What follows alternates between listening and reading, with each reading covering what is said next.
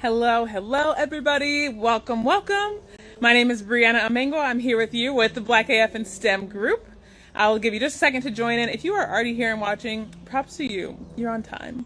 Go ahead and hit me with where you're watching from. Drop a comment, tell me where you're watching from. Would love to know. I am in Pennsylvania, right outside Philadelphia. And I am a member of Black AF and STEM. I've been working with the planning team for some time.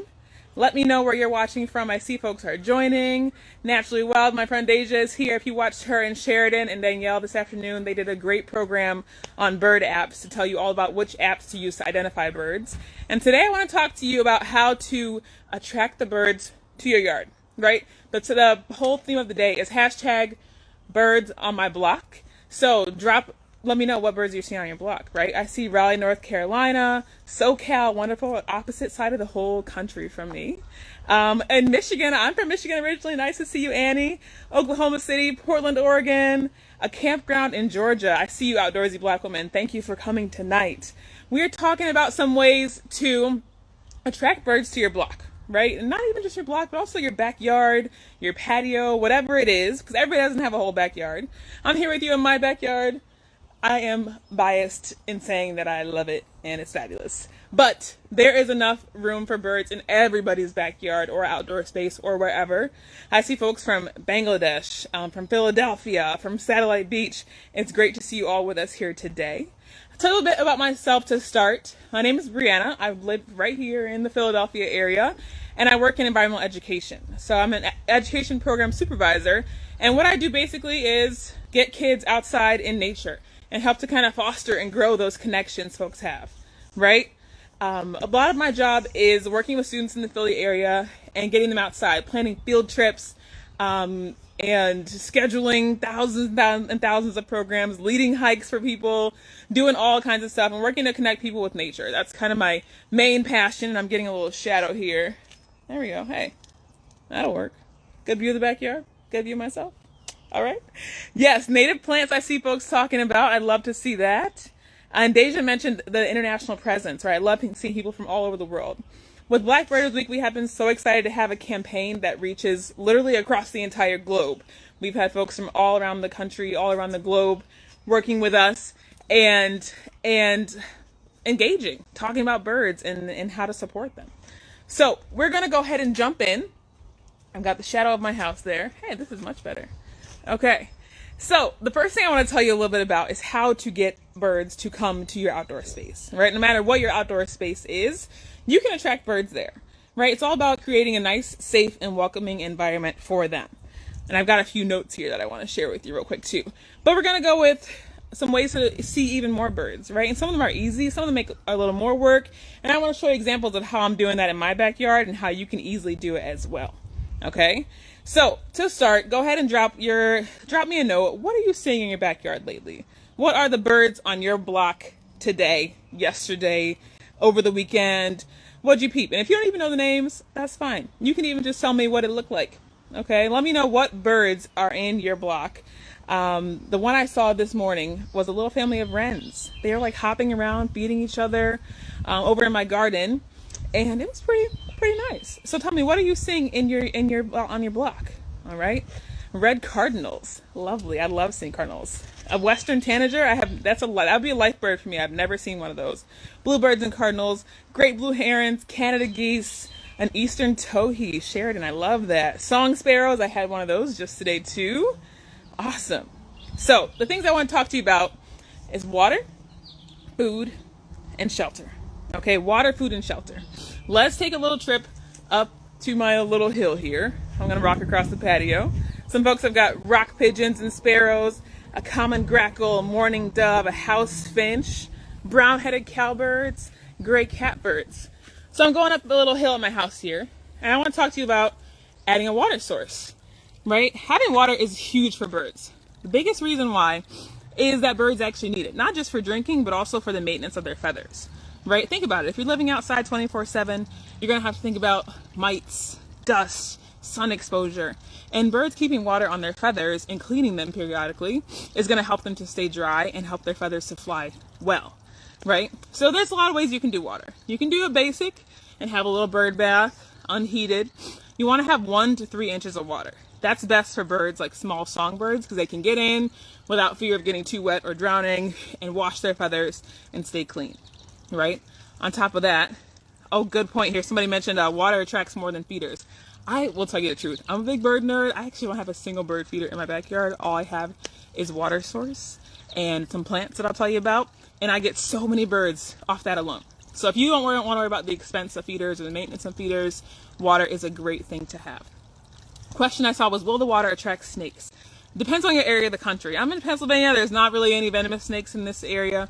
Water will attract other wildlife as well. I can tell you my fountain, I get groundhogs. I've had a fox stop through. All kinds of different animals will stop in. So that's something to consider based on where you are. So let me show you a little bit of my water fountain here. This is the water feature in my yard. I'm going to flip the camera. Check it out. I'm obsessed with my water feature here. So if you have a standing water, 1 to 3 inches is ideal. You can get it heated as well. But if you don't have standing water and you want to do something like this, like a fountain, you can do this, and it's got kind of bubbles that go, right? Oh, Mandy mentioned planting native species to attract birds. Very true. Native species are going to be a big thing, and I'm going to talk about those in just a bit. So this water feature works pretty great because it's got different levels and places for the birds to sit where they can actually not get too wet. Also have some dripping water where they can sip the water, and then somewhere they can get clean and kind of decide how far they want to get in. It's also heated. Shout out to my husband who's an engineer who did that, and they can hang out here pretty well. And I will tell you, because I'm a big creep, I also have a trail camera. This right here is a motion activated trail camera that I literally got on Amazon. And whenever birds fly in, it captures their movement. So it'll take 3 quick photos and some quick 20-second videos. So any water feature you can do, mine is obviously excessive because you know us bird people are like that. But you can do anything like this, even just a standing water. 1 to 3 inches is what you want to keep in mind when you're looking at what kind of water to put in. Okay? Hey, thanks for the compliments, y'all. All right, let's roll on. I want to talk about food for birds. I mentioned to you that I don't have any bird seed in my yard, but you definitely can, and it will definitely attract birds. Certain types of seed brings in certain types of birds, and certain types of feeders will attract certain types of birds as well.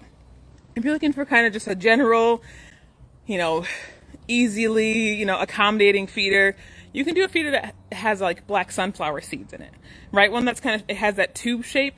It's pretty low maintenance as far as cleaning, or one of the hoppers. But keep in mind, if you were like me and you have all this trees and plant life here, you want to be careful where you actually put your feeder. If you put it too close to trees, those squirrels are going to jump onto your feeder and smash on your seeds. They will eat them up like crazy. Okay?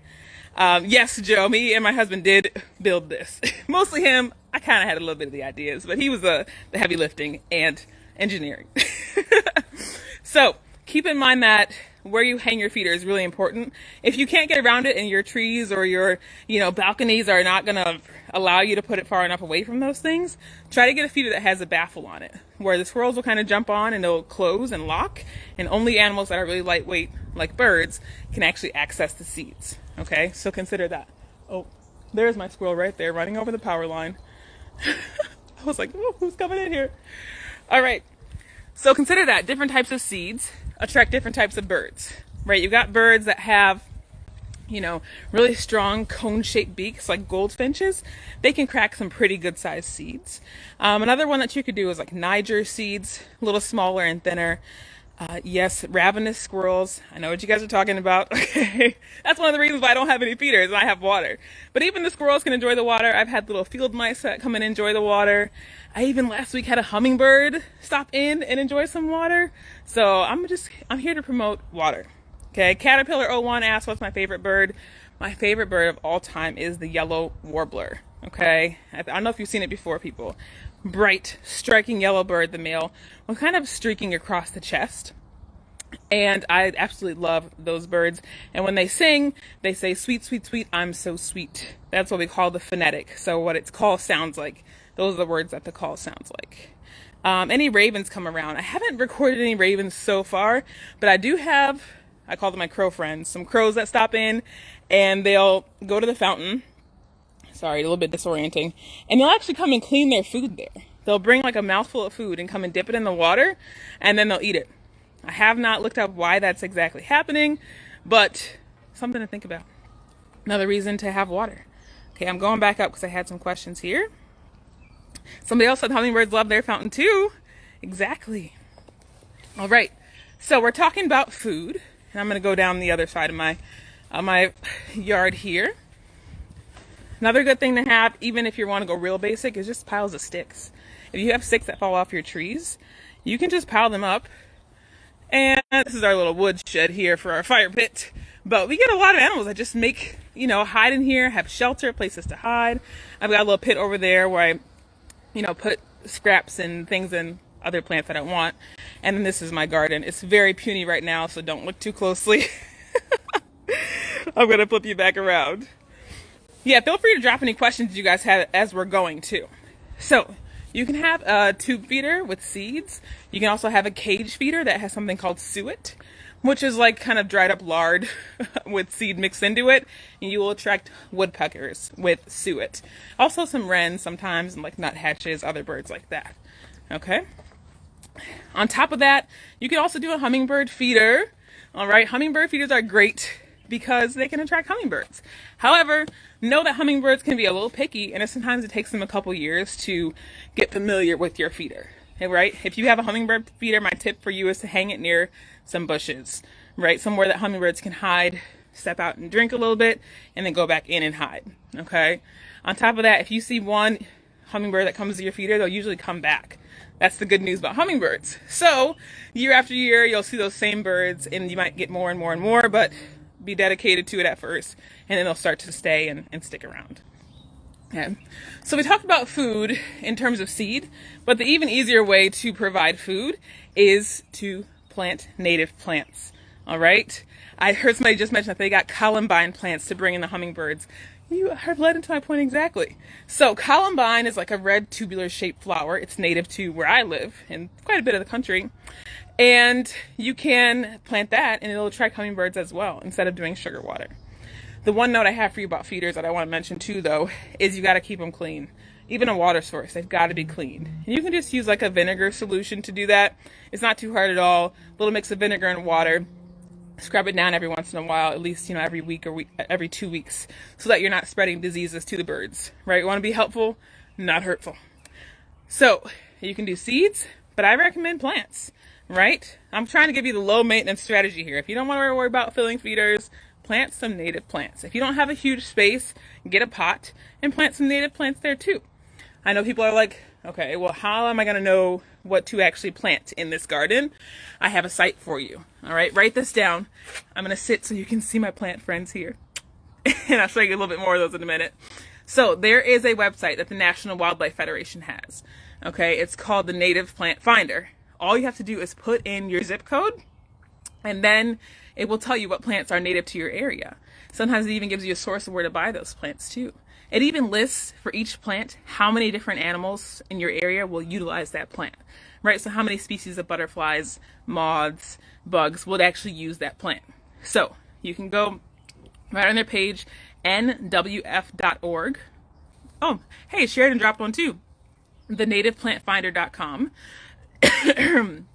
And you can find out more, right? They can tell you everything you need to know about buying native plants, all right? And exactly which ones you want to buy and which ones are actually native to your area. You want to be careful about buying plants from like Home Depot and places like that because they're often not exactly full natives, right? They might be ornamentals, right? And the reason why, what makes those two different is a good question, right? Native plants would normally grow in the area without any human intervention, right? They're made to grow in your area, and they provide everything that the animals in your area live in, okay? On top of that, they also are much easier. They're perennial, so they come back year after year after year. Whereas your ornamentals, you might have annuals that you have to keep planting over and over. Good question. Should you put out different bird foods during different seasons? That's a great question. You will have different bird foods at different times of the year. More importantly, in the winter times and cold times, you want to have multiple feedings. So give them a couple more seeds and things a day, right? You might need to actually fill those feeders more often. Some things are just easier to do at different seasons. During summer, think about who's migrating through. Say you want to see Baltimore Orioles, you might need to put out actually fruit. And someone else mentioned you can put that fruit right into the cage feeders as well. Okay, so let me show you some plants and things I have here. We're going to take a quick look at my plant selection. I wanted to introduce you to a few native plants. I'm going to spin the camera around. So here are some of my plants. Some of them are in their first year, some are in their second year. And I tell you, I'm practicing what I preach, you know, I'm buying native here. I'm going to start with my most favorite native plant that I have blooming right now, and that is this Penstemon. Look at this thing. It's beautiful. It's just beautiful. All right. This white flower here is great for bees. I often see a lot of little bumblebees come in and they'll stick their little bee butts right in here, and they love drinking nectar from it. Native plants provide way more nectar than ornamental plants might. Okay, this plant is in its second year. You can see it's got several stems and a bunch of really nice heads of flowers here. In its first year, last year, it got about this big and had about 2 stalks. So every year you're going to get bigger and more beautiful plants. Okay. Oh, look, here's a bumblebee right now. Can you see him? I'm zooming in. This bumblebee is hanging out on a downy wood mint. I know you're thinking, okay, well, cool, this is for bugs, but this is also for birds. Birds love eating bugs, right? If you can plant plants that bugs love, then you will already attract more. Dude, you keep going around the side. I keep... Hey, nature doesn't always cooperate. He was a cute bee though, right? So if you can plant for bugs, then the birds will come next, okay? I always like to say you want to plant for all seasons. So right now you might notice, if I show you a little bit more of the garden here, some of these are blooming with flowers. The other ones are just plain old green. Right? Check out this one.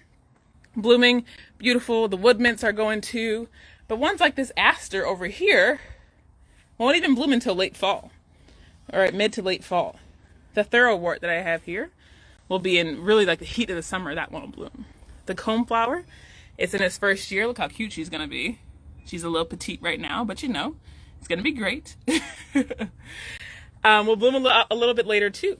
This bergamot, if you could smell it, I wish you guys had smell-o-vision, has like a minty smell to these leaves. It's amazing, right? Here's a picture of what it's going to look like when it's blooming as well, and even one of its pollinators that'll visit it. That one there, the swallowtail butterfly.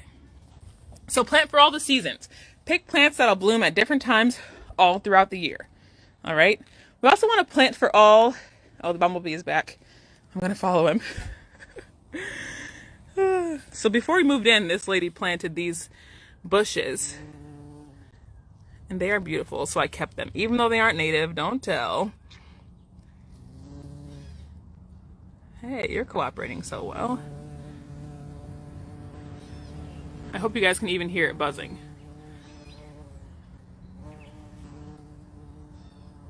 Awesome. Okay, I'll stop bothering you, friend.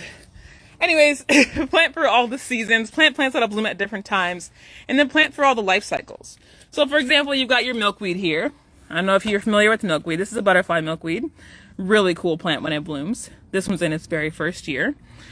And monarch butterflies, if you don't know, can only eat milkweed plants. They can only eat this species of plant. That's it.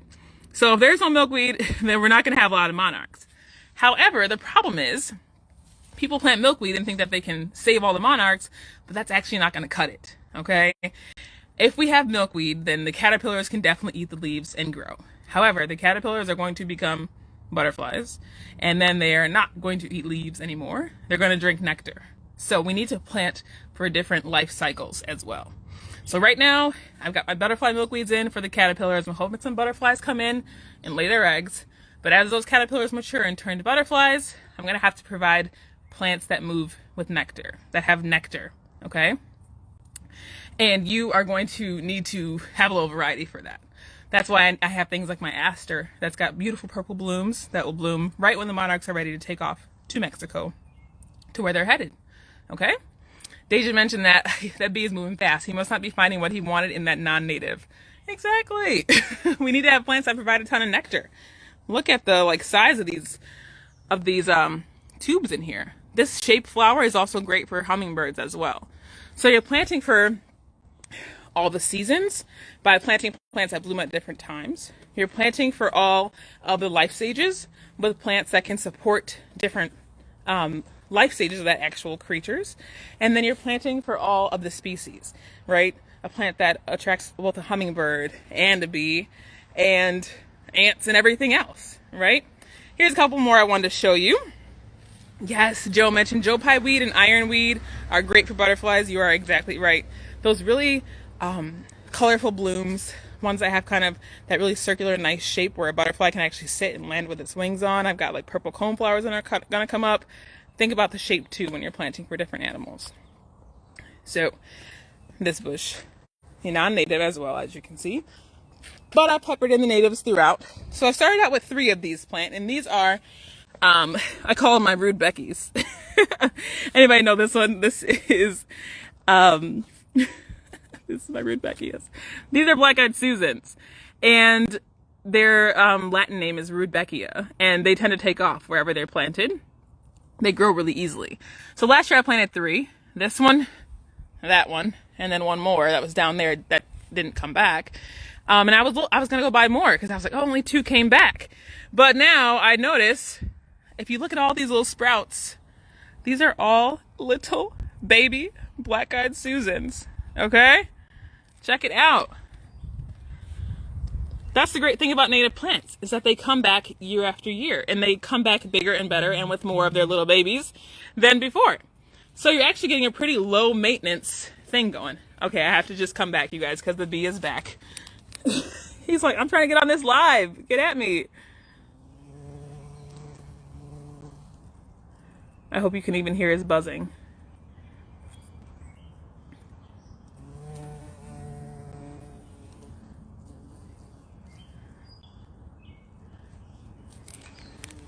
Nice. Thank you for coming to us today. We appreciate you. As you know, I talk to animals. I can't avoid it. The bee, right? What is the bee's at? Can we get him some more followers, please? Can we get this bee some followers tonight? We followed him though, so that counts. If you want to follow me, by the way, my handle is @Ranger_Bree. Would love to catch up with you on Instagram and Twitter. At any rate, ask me some questions. What do you want to know about this? Right? We said we need water, we need food, and we need shelter for birds. Right? All this plant life that I'm showing you is also dual purpose. 1, it's beautiful. 2, the birds will come and eat seeds from these plants, and it'll feed them through the fall and the winter. And 3, it provides shelter. It gives the birds somewhere to hunker down and hide out when it's rainy. Somebody said, okay, Dr. Doolittle. I will own that. I will be that. That's fine. But what would you like to know about our plants here? Ask me a couple questions, and I know there's a little bit of lag when things come in, so I'm watching for your questions here. Another thing I want you to remember, though, is you got to be a little bit patient, okay? Be a little patient, because these native plants take a little while to get big and buxom and beautiful, right? In that first year, they might be a little small. They might put up a small flower or just a few flowers, but each year they'll get bigger and better. So keep that in mind. If you're going to do a container garden on your patio, that counts as well, all right? That is equally as beneficial. Okay, some good questions. What's your favorite bird you've caught on the trail cam? Ooh, this is a very good question. I would probably go with a redstart. I had an American redstart female that showed up, I think it was last week that one came in. And I actually had not ever seen a redstart female. I've only ever seen the males. And I was like, I know I recognize this tail. The tail has like a little bit of yellow and white bars to it, but the bird itself is kind of gray. So I actually had to get out my books and find out exactly what that was. But that one was very exciting. That's a recent favorite that I found. All right. Another good question here. Do you have any issues with invasive species in your yard? Yes. Yes, I do. And the worst ones I found, we had some English ivy that was planted by the previous homeowners, and we struggled with getting that stuff out of our yard. It kept coming back all the time. A lot of cutting it out. I didn't do any spraying. But plants like that are ornamentals that are planted in the past can keep returning or just spreading out. And there was also like some ground cover that was done that we had to take out. And tiger lilies. I know people like them, but they are not native and they are not that helpful to wildlife compared to these nice natives that I have here. And those things are tough because they set these bulbs in the ground. You have to actually dig out the bulbs to get rid of them. Somebody asked, when did I start growing the plants? I brought them as plugs, and most of them are only about a year. Well, this is their second growing season, so I got them in the ground last year. And then some of them are new. Like I showed you, that smaller downy wood mint that I had is a new one as well. Okay, good question from Beach Bay here. What is the best tip for a new birder? How do I get started? My tip for you to get started with is just to literally start noticing, right? If you're passing through, walking in your car from a parking lot, sitting around in your backyard or on your patio, just start noticing birds a little bit. I bet you'll see that you see the same few birds quite often, and you can start to identify them using some of the apps that were mentioned earlier today on the program with Deja Sheridan, as well, and Danielle.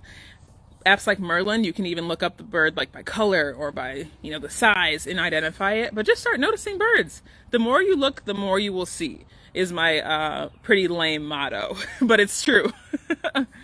All right, Nikki asks, do you have a favorite plant for each season? I do. My favorite fall plant is my asters. Purple is my favorite color, and this aster is right behind me, actually. Hello, friend. I know she looks kind of like plain right now, but this thing is going to be like covered in tiny purple flowers with yellow middles, and it's so beautiful. So just wait on it. She's coming through. She's coming. That's my favorite one for fall. And in summer, I love my blazing stars. It's like a very vertical flower with an all purple head. You see a trend here. Purple flowers is kind of my thing. Those are my two favorites for summer and fall. In the spring, I don't have too much great stuff for spring yet. I'm still working on incorporating those into my garden. All right. Yeah, somebody else mentioned the female red stars are super confusing. Any issues with other animals getting into feeders? So I don't have any official seed feeders, and I welcome the other animals that get into my plants because they often are coming for seed as well. Little chipmunks, little mice, things like that. All kinds of wildlife will use the seeds in native plants, and they also help to spread the seeds. Because a lot of times they'll eat the seeds will be digested, and that actually breaks their seed coat and what's called scarifies them, and it falls out somewhere else, and guess what? My neighbors just got a native plant for free out of an animal's body. It happens that way. So I don't mind animals getting into my native plants because they are actually going to carry the seeds and get around. However, occasionally there are bunny rabbits that will dig up my new plant plugs that I put in, so you got to kind of watch out for those guys. But you can just set them back in. Let's see.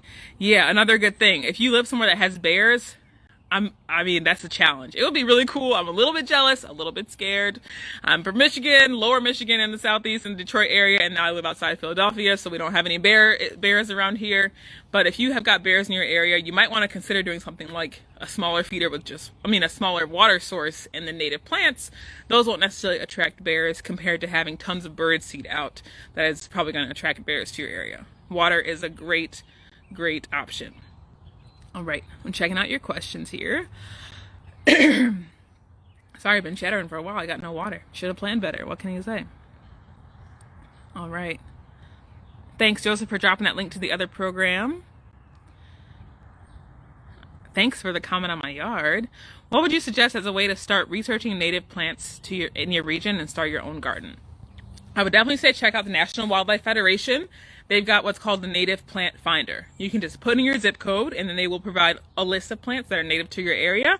You can look at the colors, check out their bloom times, and then just take your pick. And it even lets you make a login, and you can just move it, hit a little heart, and they'll all come up in a list on your saved list.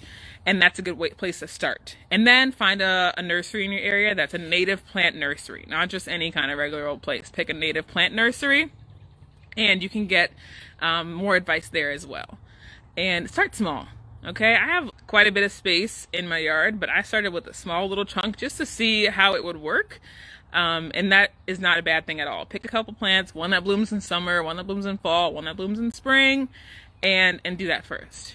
If anybody's in California, somebody dropped a hint, Calscape is a great tool as well. So there's another one for you too. Other questions? What else do you want to know? I can show you another plant if you would like. Nobody's here to stop me. I'm going to show you another plant. It's happening right here, right now. Okay, here's one of my little fall favorites here. New to the garden just last year. Nice little beefy leaves. It kind of reminds me of like a zucchini or something in the garden. But this is called an autumn bride. Okay? Autumn bride. And it's going to send up, this is a weed here. You, get out. Here's a picture of it. Coral bells, it's a perennial as you can see. And it'll send up these really pretty stalks and flowers. So I like it by the front door because it'll eventually spread out a little bit more even. This is still pretty new. These are called obedient plants.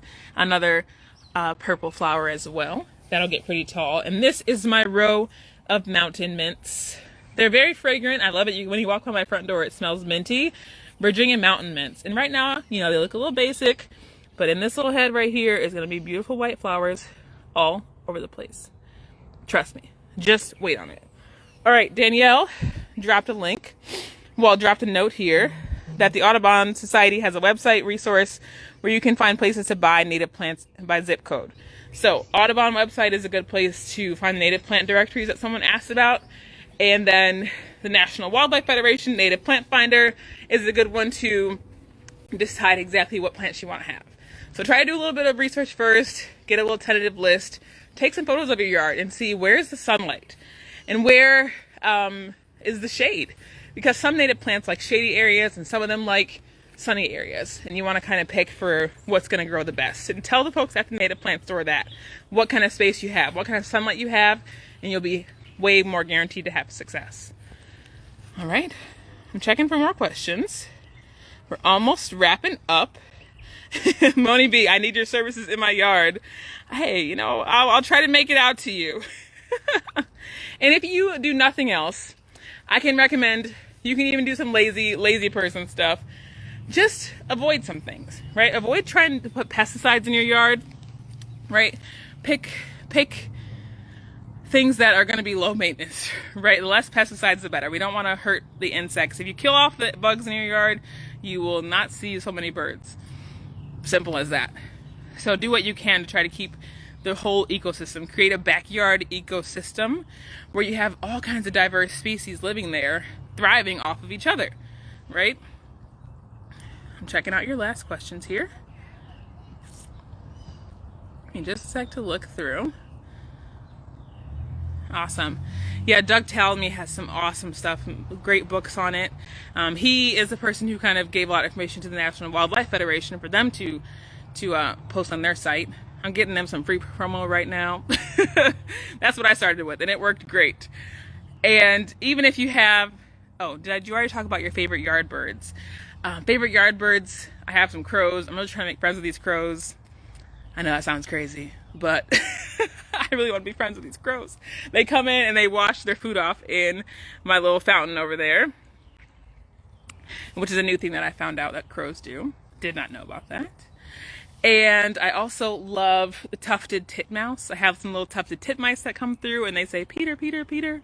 And they are very fun as well. And then a lot of flyovers by turkey vultures, but none have stopped here yet. So that would be nice. But you know, what can I do? All right, cool. Thank you guys so much for tuning in.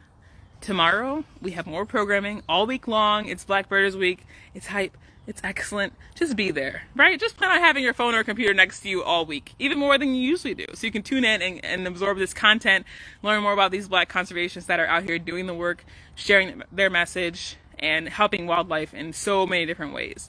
So make sure you stick with us all week long. I will see you again tomorrow.